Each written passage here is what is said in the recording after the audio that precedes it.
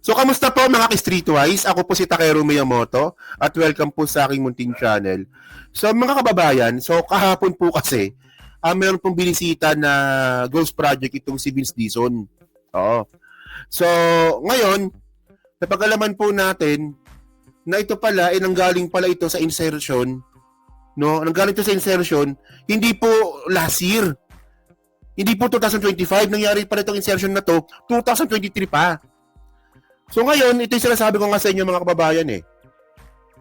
Dito po sa ginawa po ni PBBM na investigasyon para po sa mga manumalyang flood control project, hindi lang po talaga si Cheese yung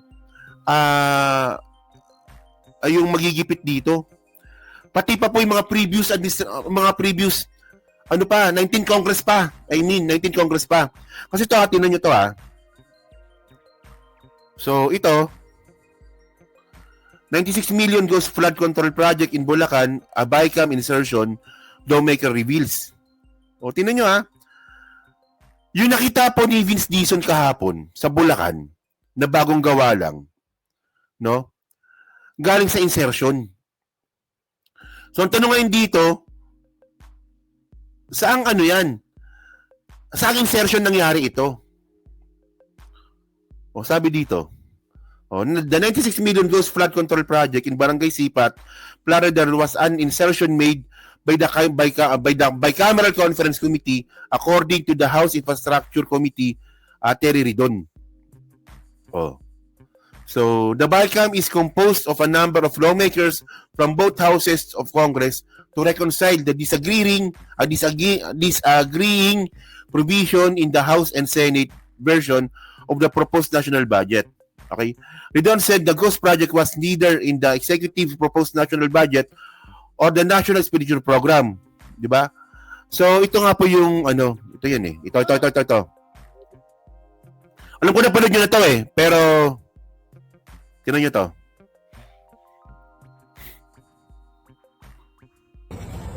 Cellphone, please naman. Ito naman huwag ka matakanta. Sige. Okay. Sir, dito lang tayo. Sir. Sige, kita mo. Stop na lang. Tapos ka. Taas niyan. Taas. Yan. Up. Dito, matama. Okay, sir. Ano yung naobserbahan niyo po sa pag-inspect niyo? Bago ko sagutin yun, bibigyan ako ng... Sir, camera lang po. Thank you po. Saan ako dito? Dito, sir. Magbibigay muna ako ng konting background dito. Itong project na to, bibigyan ko kayo ng kopya nito. Ito yung project briefer galing sa DPWH. Galing to sa DPWH website. Project briefer. Bibigyan ko kayo ng kopya nito. Ito ay construction ng isang flood control structure. Yan, nakikita mo. Yung protection wall dito sa river. Worth 96.5 million from the 2024 Yun. GAA. O, tinan nyo ha. 2024 GAA. So, naalala nyo ba yung, yung insertion na ginawa nga po ni Cheese? 2025 GAA po yun. Di ba yung merong 12 billion kay Joel, 9 billion kay Cheese sa Sursugon. 2025 GAA po yun. So, ibig sabihin nun, itong insertion po na ito na nangyayari, hindi lang ito nangyari nung panahon ni Cheese. Nangyari pa pala ito nung bago pa si Cheese. Kasi 2024 pa eh. Kailan ba naging Kailan ba? Kasi ibig sabihin nito, kung 2024 GAA ito, ginawa tong insertion 2023. So si yun? Si Migs. Si Migs Subiri yung Senate President doon. Tama, di ba? Tama ba? Oh. This contract was started on March 20, 2024. Tandaan yung data. March 20, 2024. Nakalagay dito, ang kanyang duration is dapat 270 days. Okay? Pero, yung June 11, so April, May, June. So, less than 3 months. Nakalagay dito, actual accomplishment, 100% in 3 months. So tandaan nyo yan ha, 270 days dapat. Diba? 3 months, wala pang 3 buwan, nakalagay dito, 100% accomplished. Dinapos ka agad yung flood control na nagkakahalaga ng 98 million para makasingil na. Oh. Date collected, meaning nabayaran si Wawaw Builders, siya ang contractor, si Wawaw, July 21, 2024. So, 1 month after. So, 2024. Okay. So, yun ang background. O si Wawaw Builder kilala niyo si Wawaw Builder? Kilala niyo? Okay, yun ang background. Okay. Tinanong ko si Cap Oscar Gabriel, ang kapitan natin dito. Kailan ba nagsimula ito? Itong ginagawa, yun nakikita na rin. Kasi obviously, bago pa nagawa yun. Diba? Ang sagot sa akin ni Cap, ang sagot sa akin ng mga kababayan natin doon, 3 weeks ago. So, ito, ang tawag ko dito, patay na, pinipilit buhayin. Kasi nabayaran na siya nung last year. Sabi dito ng DPWH, 100% completed ito last year. Pero, Sinong ano dito? Sinong batang 90s dito? Alam niyo yung Wawaw Channel? Alam niyo yung Wawaw Channel? Visit na yun. So ngayon, so ito di bali yung facts dito mga babayan. Okay. Yung nakita nga po dito sa Bulacan. Wawaw, I invoke my right. No, hindi, bali ngayon ang nangyari. Hindi niya alam yung Wawaw Channel. Ayan, alam niya. Alam ni Invaders Basketball, sa cable, na pag tuwing gabi, inaabangan ko pa yun tuwing gabi, no? Mga alas 12 ng gabi, di ba? Kaya ano yan sa cable, Batang 90s relate diyan. No, kasi 'di ba batang 90s tayo noon. Diyan bumulusok yung cable TV Tapos ang unang tanong lagi niyan kapag magpapalit kami ng cable, may Wawaw ba? By the way, mga babae, bali yung facts dito, mga kaka-streetwise. Di ba? Bali yung facts dito. Ang contractor, Wawaw Channel, Wawaw Builders. Pangalawa, ghost project ito sa Bulacan. Pangatlo, ito po insertion. Hindi po ito yung insertion na ginawa ni Cheese. Insertion ito before. Di ba? So, ngayon, sino ba yon?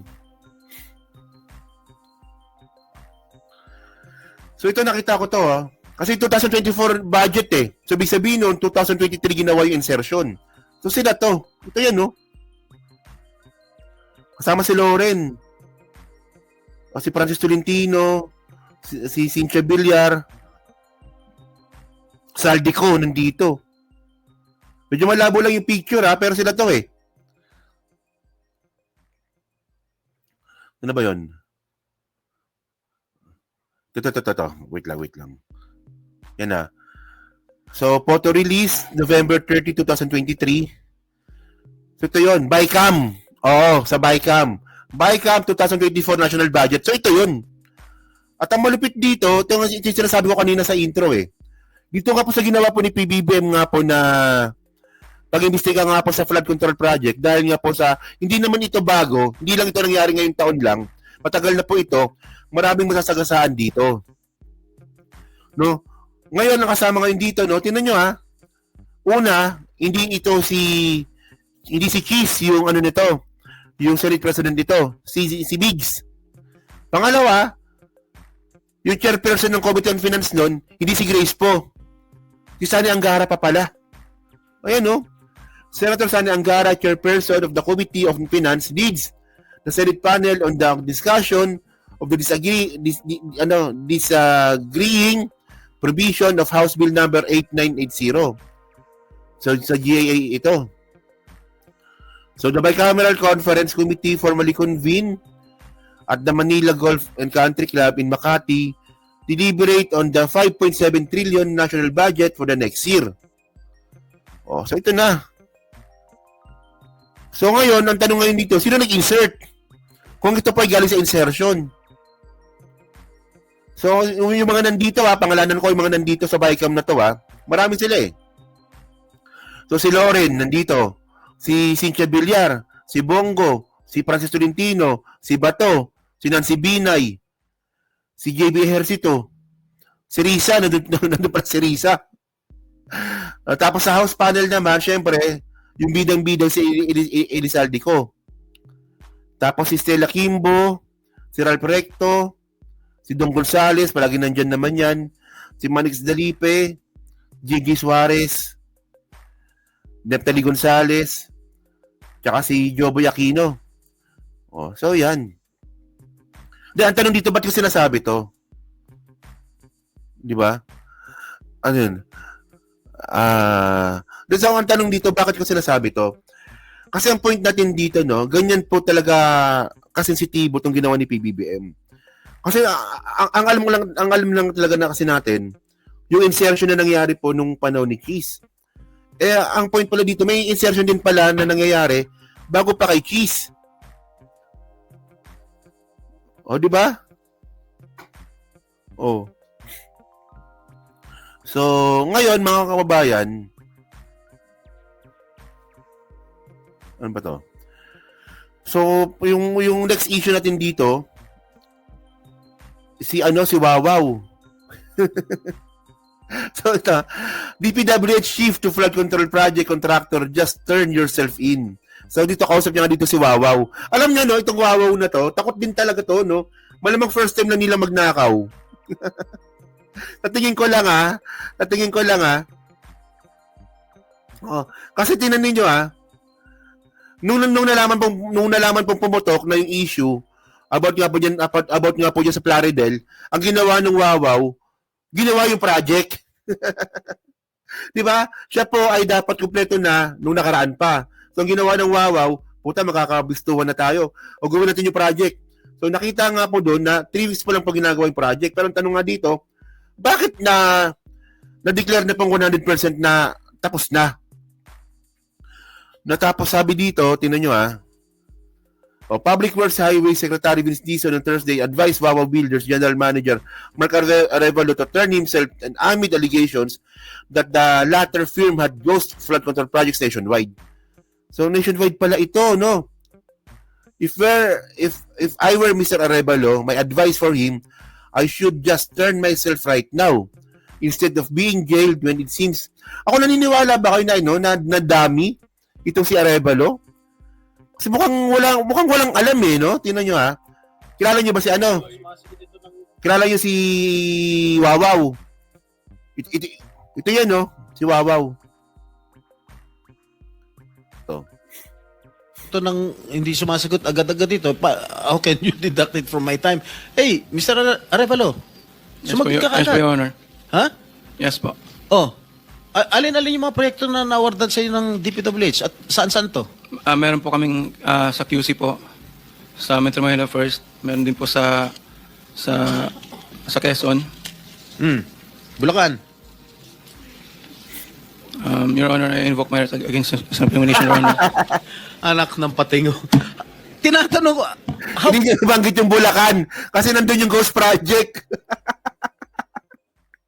Diba? how can my question incriminate you? Tell me. Tinatanong ko lang saan yung proyekto mo. I invoke my right against self-incrimination? Sorry po, Your Honor. Ha? How can that incriminate you? Tell me. Pinapainit ng ulo namin dito May incriminate siya kasi nga hindi niya may tuturo ko siya dahil ghost. Alam nyo, no? Ito ewan ko lang kung mag-agree kayo sa akin Magtitrigger lang ako ng konti, no? Alam niyo si Jinggoy, sala sa init, sala sa lamig Tama ba yun? Si Jinggoy, sala sa init, sala sa lamig, no? Minsan, okay, may point siya dito. Pero, puta si Jinggoy magtatanong about sa korupsyon? Come on. Come on. Project siguro. Oh, Dahil Sabi po mo may ulit, mga usapin na Tuturo ko siya dahil ghost project siguro. Yun.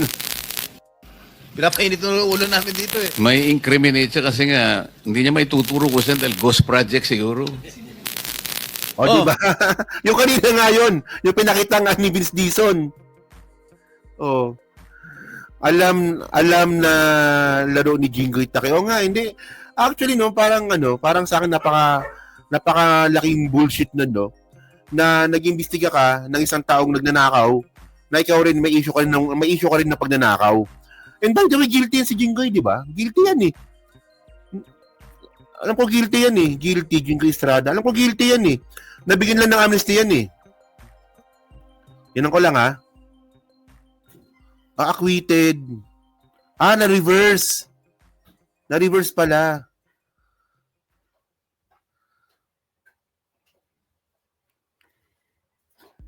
Acquitted. Acquitted. No, acquitted. Pero may kaso pa. May ongoing case pa. Okay. Okay, kaka-search ko lang nun ha. So, ano pala? So, yung guilty pala sa ERAP. Oo. So, may ongoing case pa pala to si Jinggoy. Oo. Si Jinggoy magaling yan sa ganyan. Kasi nga, artista dati yan. Oo. At saka plunderer din. Hindi, pero by the way, si Jinggoy, no, ba't ko sinabing sala sa init, sala sa lamig? Kasi nung panahon naman na iniimbestigahan niya si Jonathan Morales, si Morales, okay siya doon. Di ba? Okay siya doon. Magandang ginawa ni Jinggoy doon, yung kay Morales. Oo. Pero pagdating sa pagnanakaw kasi, parang hindi siya yung tamang tao para magtanong sa kapwa magnanakaw. Di ba? Agad na kayo doon? Ako ko lang nga, baka mamaya meron maka-Jinggoy dyan, ha? Dahil po may mga usapin na may mga allegation po na mayroon nga pong anomalya. Kung magsasalita po ako, pwede po magamit laban sa akin. Oo nga, simple lang naman. Wala na ako tinatanong sa'yo kung ano. Tinatanong ko lang, saan itong mga proyektong na-awardan sa'yo ng DPWH. Ang dami mong binanggit na probinsya. Quezon. Ano pa? Ano binanggit niya? QC. Karamihan ito, Bulacan. Ba't di mo mabanggit ang Bulacan? O nga naman, no? Ba't di niya mabanggit yung Bulacan? Bulacan. Oh. So yun mga kababayan, no? So kayo po, no? Ano pong masabi nyo nga po dito, no? Sa insertion na nangyari nung panahon pa nga po ni Mig Zubiri. Di ba? Mukhang walang alam yung nilagay sa wawaw. Kaya nga no? So, ano ba, no? Kasi actually, no, ang point natin dito, talagang may masasagasaan talaga dito mga tao hindi natin gusto masagasaan. Kasi nga po, naging kalakaran na nga po ito. Malinaw po yun, naging kalakaran na po kasi talaga ito. At nagsimula nga po yan, no, matagal na panahon pa. Actually, to be fair, hindi lang ito nangyari nung 2016 pa. Panahon pa to ni Gloria, malamang. No, kasi ito ito lagi kong pinapakita to sa inyo eh. At least may data tayo dito. Last data na lang siguro natin ito papakita ito. Ano ba 'yan? Ito. Yan. So lagi kong pinapakita to sa inyo eh. So ito nga po yung yung corruption rank nga po ng Pilipinas. No? Kita nyo ba? Yan. So, may year yan din, lakihan natin para makita nyo. May year yan eh. So, kung makita ngayon natin dito, ang pinakakurako talaga na sa history ng Pilipinas, panahon ni Gloria, 2008. Grabe, no? Puta, bandang dulo na tayo, Isipin nyo, ilang bansa meron sa buong mundo? 190 plus. Ganyan, di ba? 190 plus ata, no? Yung bansa sa buong mundo. Isipin mo, pang number 41, pang number 141 tayo. Malapit na tayo sa dulo nung panahon ni Gloria. So, yung kurakot-kurakot na yun, mga babayan, nangyari na po yun nung panahon pa lang ni Gloria. Tapos lumala ito, tapos bumaba ito nung panahon ni Pinoy, tumaas ulit nung panahon ulit ni Digong, 2021. Di ba nung panahon ni PBBM, bumaba ulit. At malamang, bababa lalo ito ngayon 2025 yan. Ganun yung trend eh. So, yun yung sinasabi ngayon natin. No? Itong ginawa nga po ni PBBM, maraming masasagasaan dito. Hindi lang po yung mga taong inaasahan natin. Pati rin po yung mga tao na hindi natin inaasahan. Kasi nga po, naging kultura na nga po itong pagnanakaw po na to, especially nga po nung panahon nga po ni Digong. Di ba? So, kayo po, ano po masabi nyo nga po dito. So, pa-comment na po sa baba. Binabasa ko pong lahat yan. At syempre, dyan po sa Team Replay, pa-like, pa-subscribe. Hindi naman kalabisan, pa-share na rin po ng video po na to. So, last topic tayo, no? Hello po, Gloria Marquez. Hello po, kay Dolor Garcia, kay Ricardo Cruz, kay Man Amor. So, naging kultura na. Ano yun? Sino naging kulto? Okay, game. Last topic tayo. Pag-usapan natin to, no?